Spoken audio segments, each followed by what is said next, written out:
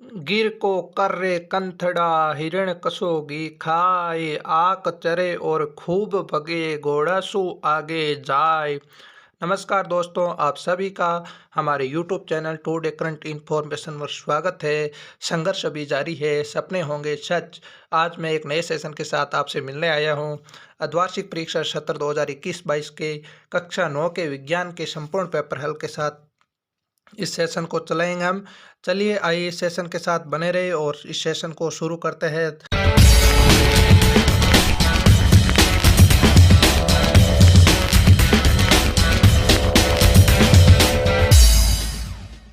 चलिए दोस्तों, तो बात करते हैं अर्धवार्षिक परीक्षा सत्र 2021-22 की कक्षा 9 के विज्ञान पेपर की।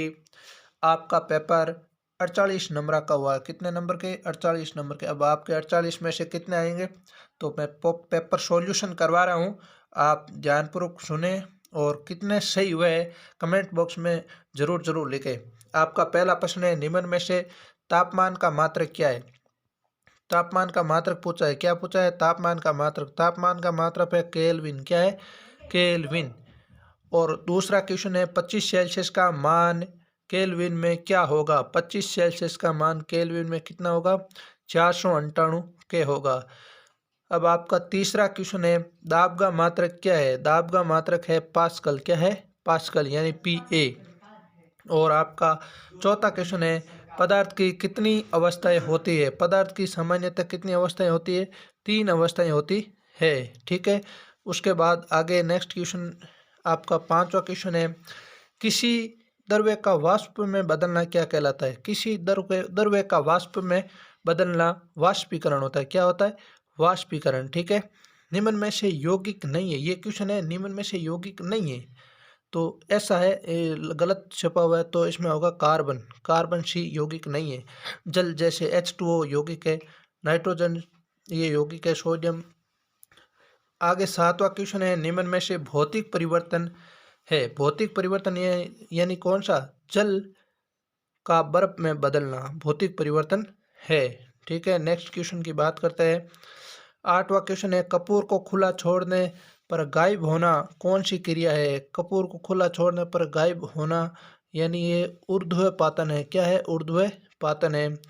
अर्धसूत्री विभाजन के फलस्वरूप कितनी कोशिकाएं बनती है? कितनी बनती है? 4 बनती है दोस्तों, 4 बनती है। निम्नलिखित में से बल का मात्रक क्या है? बल का मात्रक न्यूटन है। क्या है? न्यूटन है। चलिए दोस्तों, आपके 10 क्वेश्चन पूरे हो चुके हैं। कितने क्वेश्चन? 10 क्वेश्चन। स्थान की पूर्ति कीजिए। 11वां क्वेश्चन है, पटरी पर रेल की गति कहलाती है। पटरी पर रेल की गति उच्च रेल गति कहलाती है। क्या कहलाती है? उच्च रेल गति कहलाती है। दाब ज्ञात करने का सूत्र क्या होता है? दाब ज्ञात करने का सूत्र पास्कल होता है। 13वां क्वेश्चन है, गुरुत्वीय त्वरण का मान क्या होता है? गुरुत्वीय त्वरण का मान होता है 9.8 मीटर प्रति सेकेंड। ठीक है। 14वां क्वेश्चन है, वस्तु के वेग में परिवर्तन की दर क्या कहलाती है? वस्तु के वेग में परिवर्तन की दर त्वरण कहलाती है। क्या कहलाती है? त्वरण कहलाती है। आगे बात करते हैं 15 क्वेश्चन, दिए गए वाक्य सत्य और असत्य कोष्टक में लिखिए। यानी सत्य कौन सा है, असत्य? रोग के कारक संक्रामक और अथवा असंक्रामक हो सकते हैं। रोग के कारक, किसी रोग के कारक संक्रामक अथवा असंक्रामक नहीं हो सकते हैं, अर्थात ये कथन असत्य है। रोग के कारक कौन होते हैं? जीवाणु होता है, विषाणु कीटाणु से रोग होता है। ये गलत है, असत्य है। 16 क्वेश्चन है, टीके द्वारा संक्रामक रोगों का निवारण किया जा सकता है। ये क्वेश्चन ठीक है, इसे हम सत्य कहेंगे। टीके द्वारा संक्रामक रोगों का निवारण किया जा सकता है, बिल्कुल सही है। जैसे कोरोना आया तो कोरोना को किसे रोका? कोवैक्सीन, वैक्सीन के द्वारा ही रोका ना। तो ये एक टीका है, टीके के द्वारा संक्रामक रोगों का निवारण किया जाता है, पूर्णतः सत्य कथन है। 17वां क्वेश्चन है, जब हम बीमार होते हैं तो हमारा स्वास्थ्य खराब हो जाता है। बिल्कुल, यह आप सभी को पता है कि जब हम बीमार होते हैं तो हमारा स्वास्थ्य खराब होता भी है, थोड़ा थोड़ा होता है। कभी ऐसी बीमारी लगती है अंत में हम मृत्यु तक भी पहुंच जाते हैं। कई लोगों की मृत्यु होती है, जैसे कैंसर से हो जाती है। भगवान करे ऐसा नहीं होता है, लेकिन होता है। आगे हम क्वेश्चन नोट, निम्न प्रश्नों का उत्तर संक्षेप में दीजिए, इसकी बात करते हैं। 18वां क्वेश्चन है, गति के 3 नियम कौन से हैं? दोस्तों, गति के 3 नियम है। एक है फर्स्ट, पहला नंबर प्रथम नियम है जड़त्व का नियम, दूसरा नियम है स्वेंग का नियम, और तीसरा नियम है क्रिया प्रतिक्रिया का नियम। तीनों नियम मैं वापस से रिपीट कर रहा हूँ।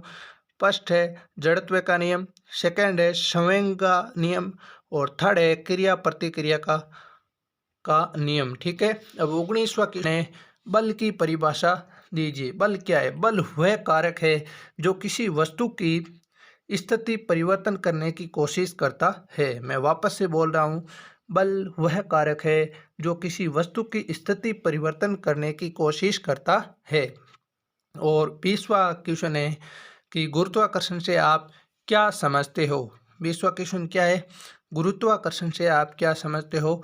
विश्व की, इसका आंसर मैं बोल रहा हूँ, विश्व की सभी पिंड एक दूसरे को आकर्षित करते हैं। वस्तुओं के बीच का ये आकर्षण बल गुरुत्वाकर्षण बल कहलाता है। वापस से मैं बोल रहा हूँ, आप लिख लीजिए अपनी नोटबुक में। विश्व के सभी पिंड एक दूसरे को आकर्षित करते हैं। वस्तुओं के बीच का ये आकर्षण गुरुत्वाकर्षण बल कहलाता है।